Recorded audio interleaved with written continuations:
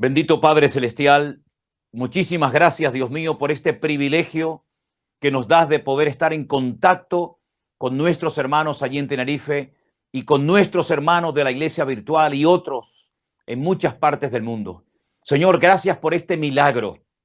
Gracias por estos instrumentos poderosos que tú nos has permitido usar en esta generación, en este tiempo, para difundir la palabra de Dios, para que el reino de Dios se extienda sobre todas las naciones de la tierra. Señor, en esta tarde vamos una vez más a abrir tu santa y bendita y poderosa palabra. Pedimos que ella nos toque el corazón. Pedimos que podamos disfrutar de este tiempo tan especial en un culto, cuando se abre la palabra, para que nuestro Dios nos hable y podamos recibir tu palabra en nuestra vida y después llevarla a la práctica. Señor, quita cualquier impedimento, cualquier estorbo de la índole que sea, y que hoy tu Espíritu Santo tome esta palabra para traer convicción, para traer renuevo espiritual, para traer fortaleza a nuestras vidas, y que tu nombre sea glorificado y tu nombre sea levantado en alto, Señor. Que los hombres te miren a ti. Y Espíritu Santo, toca corazones, haz la obra mientras hoy se expone tu palabra. En el nombre soberano de Jesús. Amén y amén. Gloria al Señor. Mis queridos hermanos, vivimos en tiempos de grandes oportunidades. Hoy en día, como estamos disfrutando en este momento, disponemos de una serie de armas que minutos antes de salir al aire y estar hablando con todos ustedes, hablábamos justamente acerca de qué hubiera ocurrido si estas armas, estas herramientas tan maravillosas que nos permiten estar en tiempo real con miles de creyentes en todas partes del mundo, las hubiera tenido, por ejemplo, el apóstol Pablo en su época. ¿Se imaginan ustedes cuántos miles y miles de personas podían haber oído el evangelio en tiempo real a través de los labios de aquel tremendo varón de Dios? ¿Se imaginan ustedes ver cómo predicaba, cómo enseñaba? Incluso el mismo Señor Jesucristo, que alguien lo hubiera filmado, que alguien lo hubiera seguido durante sus 3 hermosos y largos años de ministerio, sus milagros, sus sanidades, que se hubiera podido ver en tiempo real en todas partes del mundo, la resurrección de Lázaro, la sanidad de aquel ciego que el Señor le puso barro en sus ojos y lo mandó a lavarse al estanque de Siloé, o cuando él iba caminando y de repente se detiene y pregunta de aquello, alguien me ha tocado.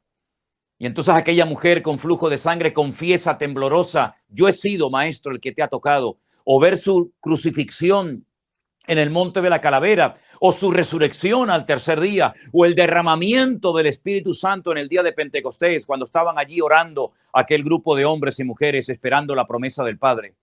Pero ellos no tuvieron estas armas que hoy nosotros tenemos y queremos utilizarlas para que la palabra de Dios llegue bien lejos. Por eso siempre decimos, hermanos, reenvíen los mensajes, reenvíen los devocionales, para que miles, centenares, millones de personas puedan llegar en este último tiempo al conocimiento de nuestro Señor Jesucristo. Sin lugar a dudas, vivimos en una etapa de grandes oportunidades y también de cambios. Desde el año pasado al día de hoy, los cambios que ha ido experimentando el mundo y también la iglesia han sido muy grandes. Fíjense, por ejemplo, ahora mismo, miren a su alrededor, a su derecha, a su izquierda, delante y detrás. Hay muchos hermanos que no están, no porque no quieran estar, sino porque no pueden, debido al tema de los aforos reducidos. Eso no pasaba hasta hace muy poco tiempo. Miren cómo tienen que ir la gente a los cultos hoy en día con esta mascarilla, ¿verdad? Y lavarse bien las manos con ese gel antes de entrar a los cultos. Miren ustedes la cantidad de cambios que se han producido en el mundo y en muchas iglesias, las cuales lamentablemente muchas se han cerrado y muchos hermanos han partido a la presencia del Señor, víctimas de este virus mortal que se ha extendido, ¿verdad?, por todas las naciones de la tierra. Y tenemos que estar preparados para más cambios que se avecinan en el futuro. Sí, hermanos. No vayan a pensar ustedes que ahora, cuando ya, digamos, todo vaya, entre comillas, volviendo a la normalidad y ya la gente está siendo vacunada y se abran los hoteles y los restaurantes y la gente pueda viajar y los turistas puedan volver a Canarias o a cualquier otra parte del mundo, no vayan a pensar ustedes, queridos hermanos, que ya no se van a producir más cambios. No, no, no, no, no. Escuchen bien lo que les voy a decir. Esto del coronavirus es simplemente un pequeño botón de muestra de cambios aún mayores que van a venir en el futuro cercano. Y nosotros hemos sido entrenados durante este tiempo por la mano del Señor para saber cómo vivir en tiempos de cambios. Porque la Biblia profetiza que los últimos tiempos no solamente serán, como acabo de decir, tiempos de grandes oportunidades para difundir el evangelio, sino tiempos de cambios. Y no todos los cambios van a ser bonitos y agradables. Pero nosotros ya hemos aprendido la lección. Nosotros ya hemos llegado a la conclusión de que en estos tiempos de cambios, en estos tiempos en los que las naciones han sido sacudidas de una forma tremenda y muchos corazones humillados y la economía afectada, etcétera, etcétera, nosotros hemos aprendido que nuestro Dios es fiel, que nuestro Dios no nos va a abandonar ni a fallar cuanto peor se ponga el mundo, sino más bien todo lo contrario. No tenemos que tener ningún tipo de temor. Por cierto, hemos cantado en esta tarde que no tenemos que tener ningún tipo de temor. Y la Biblia dice que no tenemos que tener miedo ante los cambios que se avecinan en el futuro. Y la iglesia, toda la iglesia, no solamente el Centro Evangélico Vida Nueva, sino que toda la iglesia sobre la faz de la tierra tiene que saber que vienen más cambios próximamente en el mundo. Va a cambiar mucho la economía, va a cambiar mucho las relaciones entre las naciones, van a cambiar muchas cosas y todo esto, repito, ha sido simplemente un pequeño botón de muestra, un entrenamiento, sobre todo para que la iglesia aprenda a cómo vivir su relación con Dios en este tiempo de grandes cambios. Ahora bien, he hecho una pequeña lista de momentos históricos en los que se produjeron grandes cambios y cómo reaccionaron los creyentes de su época y cómo el Señor en cada momento de la historia fue tremendamente fiel con su pueblo. En primer lugar, quiero hacer referencia a un hombre que marcó una diferencia en su generación. Un hombre que era diferente, un hombre que no se dejó arrastrar, un hombre que no se dejó contaminar por la corriente de violencia, de agresividad, de promiscuidad sexual, sino que fue un hombre diferente y destacó en medio de su generación. Cuando Dios ya estaba cansado, por decirlo de alguna manera, y dijo basta, y quería mandar el diluvio, que de hecho lo mandó, Noé y su familia marcaron una diferencia en su época. La Biblia nos enseña que él recibió una revelación de parte del Creador, de parte de su Dios, de que tenía que prepararse porque iba a venir un cambio tremendo al mundo y ese cambio también a él lo podía arrastrar y destruir si no se preparaba previamente. Fíjense cómo Dios va preparando primeramente a su pueblo, a sus hijos, antes de que se produzca el cambio que tiene que venir en ese momento. Noé durante 120 años, ya sé que son muchos años, la gente en aquellos tiempos vivía más años que ahora, y durante 120 años Noé no estuvo de brazos cruzados. Noé veía cómo estaba el mundo. Noé escuchaba las conversaciones de la gente. Noé veía el desorden, el caos, la anarquía que había a su alrededor, pero él sabía cómo tenía que comportarse, cómo tenía que vivir, y él logró involucrar en la obra de Dios, que era nada más y nada menos que construir un enorme barco. Él supo adaptarse a los tiempos, él supo reaccionar ante la palabra de Dios y se preparó. Y cuando vino el gran cambio, el famoso diluvio, a él no le afectó lo más mínimo, porque él estaba preparado. Había almacenado suficiente comida para vivir un largo periodo de tiempo tranquilo dentro de aquel barco. Había inculcado en sus hijos el temor de Dios y en sus nueras y también en su esposa. Había recogido a todos los animales que el Señor le había dicho que buscara y los tuviera en el arca durante un cierto periodo de tiempo. Él no era consciente realmente de lo que significaba un diluvio. Era la primera vez en la vida que llovía sobre la faz de la tierra. Pero él le creyó a Dios y con temor preparó el arca y se salvó él y 7 personas más. En total, 8 personas. Dios lo cuidó.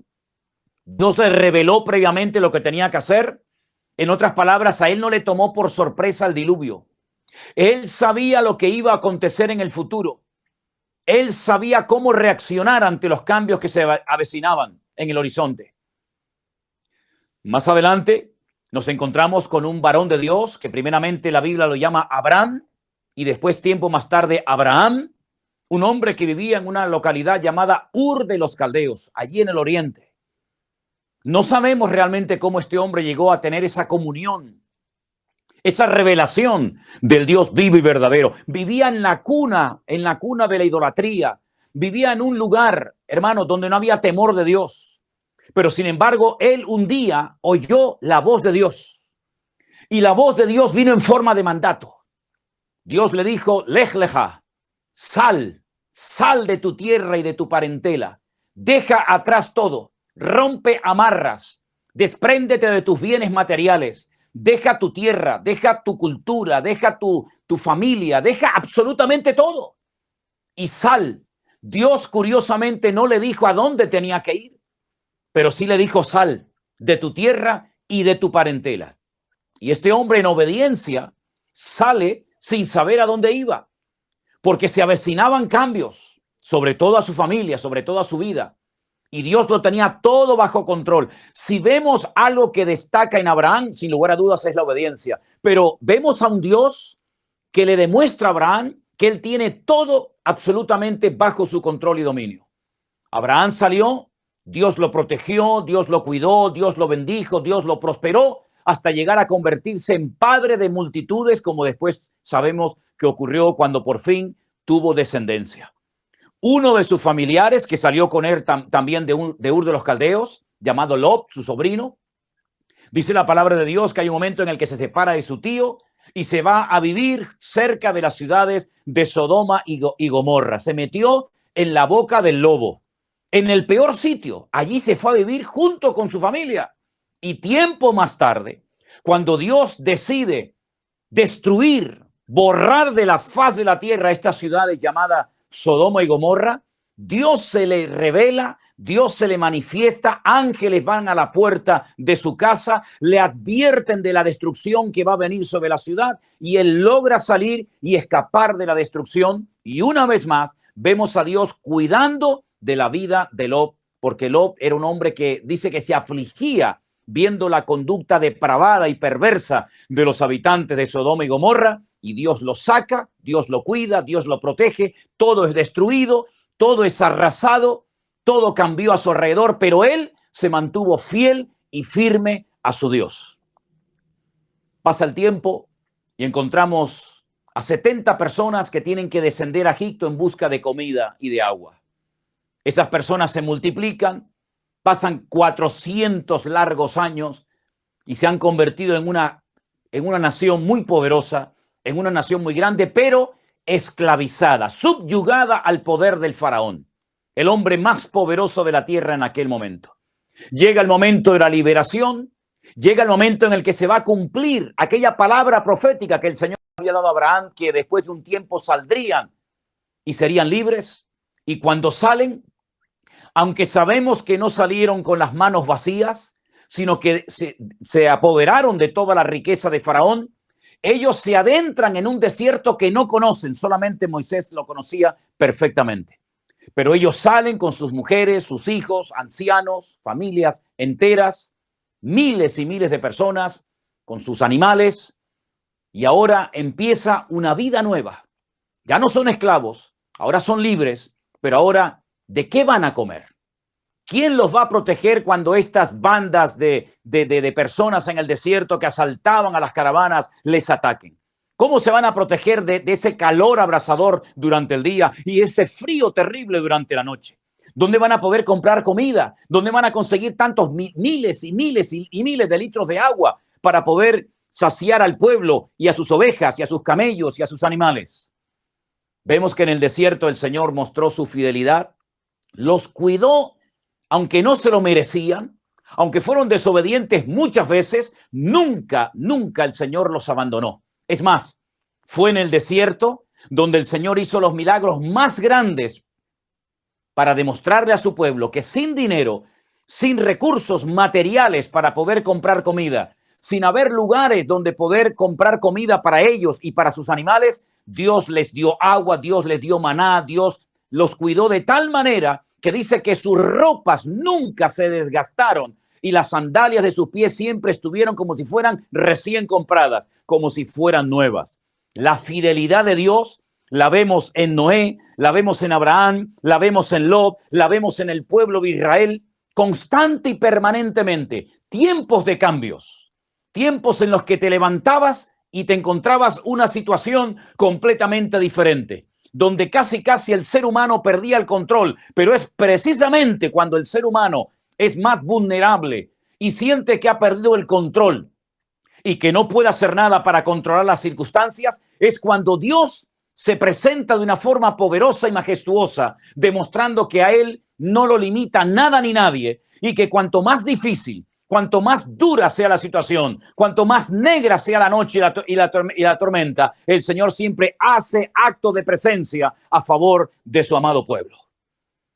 Algunos podrán pensar, pero bueno, todas estas cosas ocurrían a gente de la Biblia, a personajes como Abraham, como Moisés, como el pueblo de Israel en el Antiguo Testamento.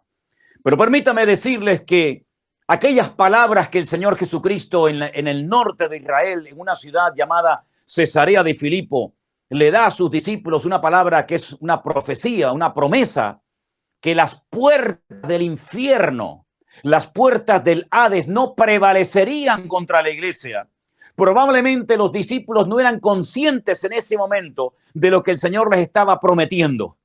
Pero permítame llevarles nuevamente a la lectura que hoy se leía desde el púlpito, Efesios capítulo 5, donde en el versículo 29 la palabra de Dios dice así: porque nadie aborreció jamás a su propia carne, sino que la sustenta y la cuida, como también Cristo a la iglesia. Estas dos palabras, sustentar y cuidar, Pablo las emplea para decirle a los hermanos de su época y hoy en día también a nosotros, que tenemos un Dios todopoderoso, un Dios soberano, que lo define como la cabeza de la iglesia, nuestro Señor Jesucristo, que personalmente se dedica a cuidar y a sustentar, es decir, a proveer todas y cada una de las necesidades de su amada iglesia. Así como el hombre cuida de su cuerpo y lo alimenta y lo viste y lo lava y lo perfuma, etcétera, etcétera, exactamente igual, mucho mejor todavía, el Señor lo viene haciendo desde hace 2000 años con su amada iglesia. Si ustedes estudian detenidamente el nacimiento de la iglesia en el siglo I de la era cristiana hasta este momento, cuántas persecuciones, cuántas guerras, cuántas divisiones internas, cuántos problemas, cuántos dardos de fuego por parte de Satanás han sido lanzados contra la iglesia para destruirla, para arrasarla de la faz de la tierra. Amados hermanos, si no fuera por el poder, la misericordia y la gracia del Señor, la iglesia de Cristo hoy en día no estaría ni un minuto más sobre la tierra. Antes de que terminara el siglo I, segundo, máximo el tercero, ya los cristianos se hubieran diluido, hubiera desaparecido el evangelio y hubieran pasado a la historia como un grupo de hombres y mujeres rayando el fanatismo, en algunos casos para algunos, que no fueron capaces de trasladar, de traspasar el testigo del evangelio a futuras generaciones. Pues se equivocaron, porque hoy en día, en este preciso momento, se está predicando el evangelio y está llegando a cientos de hogares, a miles de rincones sobre la faz de la tierra. Y vemos el cumplimiento de aquella palabra profética que el Señor Jesucristo dijo hace 2000 años, que las puertas del Hades, del infierno, no prevalecerían contra la iglesia. El Señor ha cuidado, el Señor ha bendecido, el Señor ha prosperado a su amada iglesia, porque Él se ha comprometido a cuidarla, a ayudarla, a fortalecerla, a animarla. Es cierto que la iglesia ha pasado por crisis. Es cierto que el cristianismo en algunos lugares parece como que, entre comillas, ha fracasado o ha desaparecido. Pero, queridos hermanos, la Biblia nos enseña que aunque parece que la iglesia está en algunos momentos muerta, no es realmente muerta, es dormida lo que está. Y por eso el Señor viene a despertarla y viene a sacudirla para que se levante y en el nombre de Jesús siga avanzando como lo ha hecho en estos últimos 2000 años. Tenemos ejemplos en la Biblia de hombres, de pueblos, de miles de personas que en momentos difíciles fueron protegidos, fueron cuidados de una forma sobrenatural por la mano de nuestro Dios. Y permítame ponerles un ejemplo más. Vengan conmigo, abran sus Biblias, por favor, en Apocalipsis, el capítulo 12. Este capítulo nos habla también de una mujer. Hemos explicado, no tenemos tiempo ahora para volver a explicar todos y cada uno de los detalles de este capítulo, pero hemos explicado que en el capítulo 12 del libro del Apocalipsis, esta mujer que aparece no es la iglesia, no es la iglesia. Hemos explicado que Apocalipsis capítulo 12 no nos habla de María, la madre de nuestro Señor Jesucristo. Hemos dado argumentos y están todos en nuestras clases de escatología y en ese libro que el Señor nos permitió publicar el año pasado, también llamado Escatología. Y hemos explicado clarísimamente, con muchos detalles, de quién se trata esta mujer que está siendo perseguida por un dragón que sabemos que se trata nada más y nada menos que de Satanás. En el capítulo 12 del libro del Apocalipsis, a partir del versículo 1, la palabra de Dios nos dice así: apareció en el cielo una gran señal.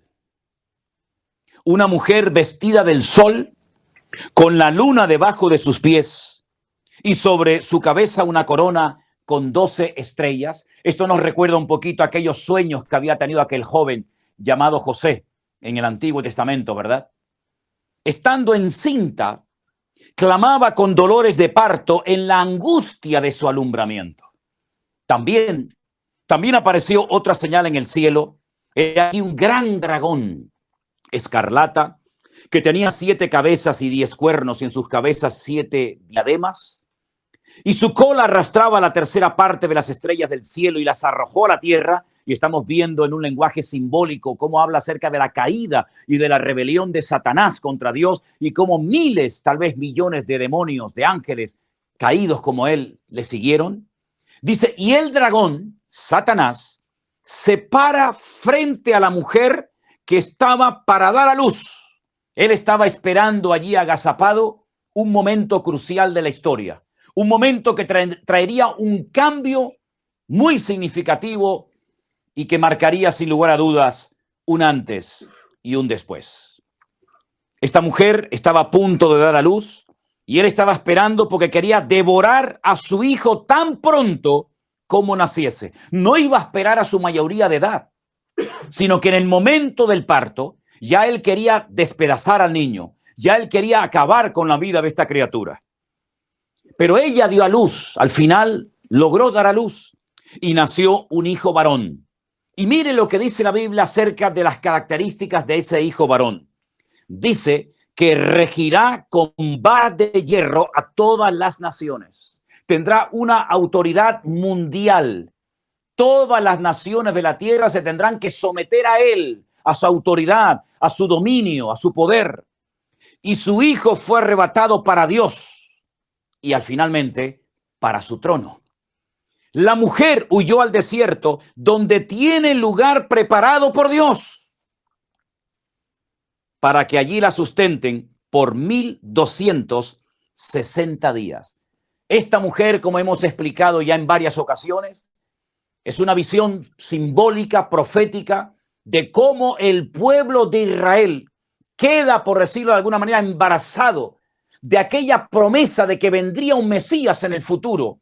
Mesías que Satanás intentaría destruir desde el mismo momento del parto, del alumbramiento. Pero no lo logró destruir.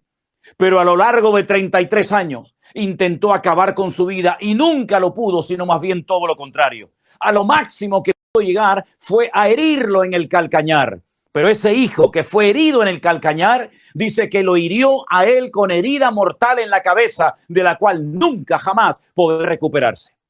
Pues bien, esta mujer tiene que huir al desierto, algo futuro, porque allí dice el Señor que tiene preparado un lugar para cuidarla, para sustentarla, dice aquí verso 6, por 1260 días, es decir, 3 años y medio.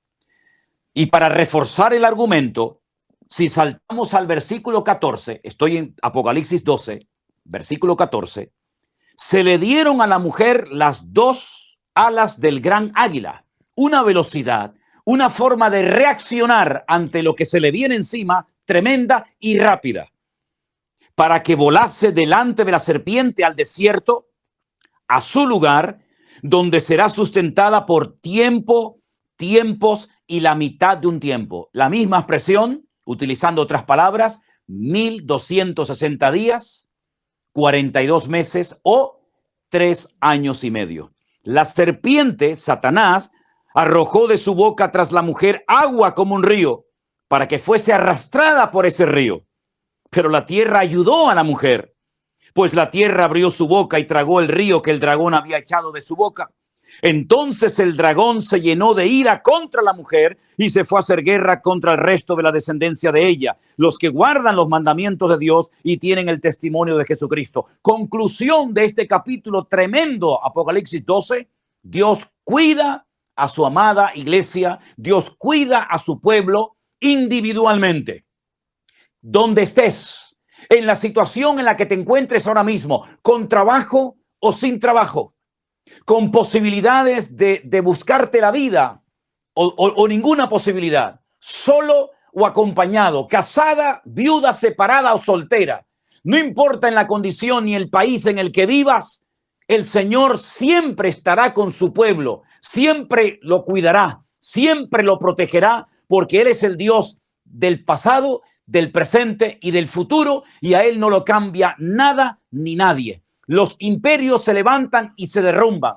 Las naciones van y vienen. La economía es cambiante. Los gobiernos son cambiantes. El hombre es fluctuante, pero nuestro Dios es estable, inmutable y permanente. Y Él ha dicho en su palabra, yo estaré con ustedes, con vosotros, todos los días, hasta el fin del mundo.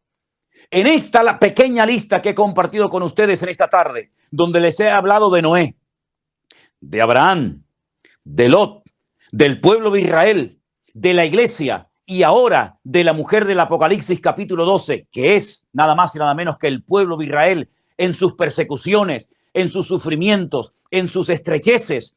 En todos hay un denominador común, un Dios soberano, un Dios todopoderoso que ha cuidado, que ha protegido siempre a su pueblo donde quiera que se ha encontrado, sea en Babilonia, sea en el desierto, sea en Egipto, sea en persecución, sea en escasez, sea en abundancia. Dios siempre ha marcado una diferencia y los que somos de Él también la hemos podido marcar, porque por la gracia, la misericordia y el respaldo de nuestro Dios, hoy estamos más firmes que nunca, con la firme determinación de predicar el evangelio a tiempo y fuera de tiempo, utilizando todas las herramientas legales que estén a nuestro alcance para poder difundir estas grandes verdades.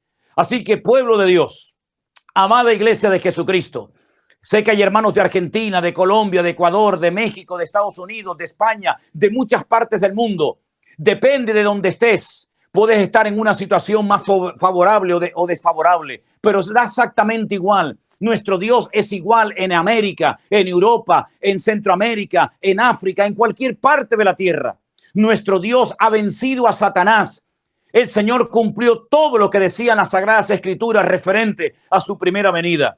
Él ha vencido al diablo. Él resucitó al tercer día. Él ascendió y está sentado a la diestra de Dios Padre. Y desde allí está cuidando y sustentando a su amada iglesia. Y nosotros, ya poniendo el mensaje más personal, hemos visto la fidelidad, el amor, el respaldo de Dios en todo este tiempo.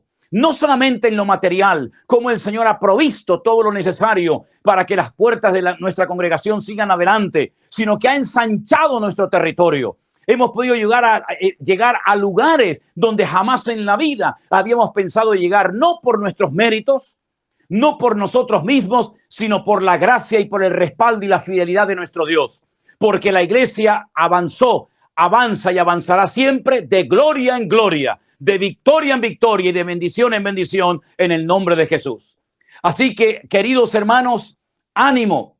El Señor que protegió a Abraham en el desierto y a su pueblo cuando salió de la esclavitud y a su pueblo cuando salió de la opresión también en Babilonia.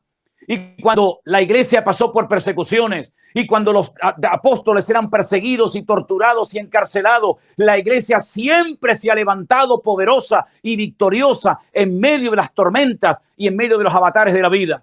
Porque mayor es el que está en nosotros que el que viene contra nosotros.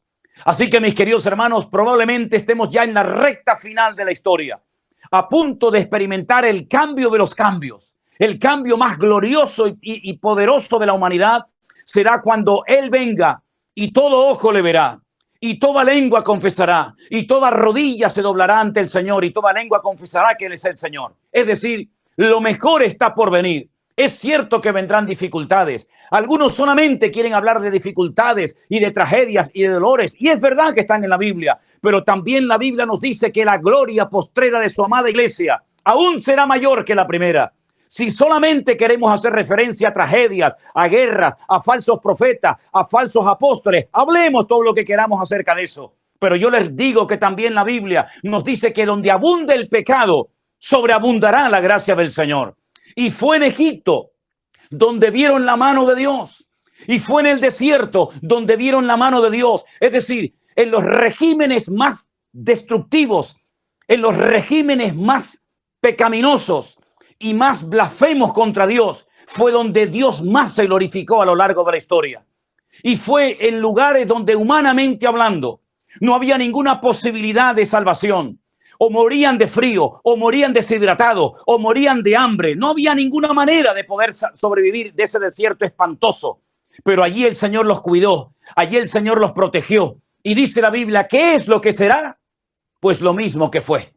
Así que aunque vengan dificultades y vengan calamidades y vengan circunstancias difíciles, hermanos, en el nombre del Señor Jesucristo, levántate y camina, porque el Señor viene pronto y su iglesia tiene que ser sacudida y despertada ante la cruda realidad de que sí es verdad.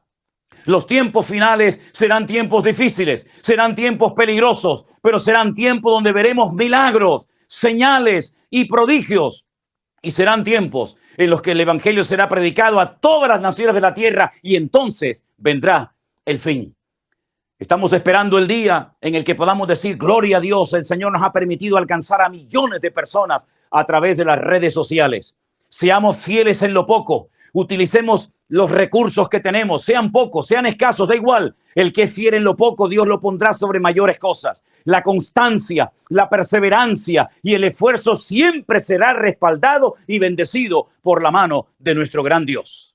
Así que, mis queridos hermanos, les invito a todos ustedes en este momento, ahí donde quieran que se encuentran, en la iglesia, en un coche, en una cárcel, en un hospital, en el salón de tu casa, donde quiera que te encuentres, inclinemos nuestros rostros, elevemos una palabra de oración a nuestro Dios y pidamos que Él renueve nuestras fuerzas para que la iglesia sea la sal de la tierra, ahora más que nunca, y la luz del mundo, y que seamos ese punto de referencia y que podamos marcar una diferencia como lo hizo Abraham, como lo hizo Noé, como lo hizo Lot, como lo hizo el pueblo de Israel en Egipto, que en un lugar había tinieblas y en sus casas había luz, en un lugar había muerte y en la casa de ellos había vida. Nosotros hoy en día hemos sido llamados para marcar una diferencia y para decirle a este mundo cambiante, enfermo y en decadencia, que la iglesia avanza con el poder de Dios y la victoria de Cristo hoy también es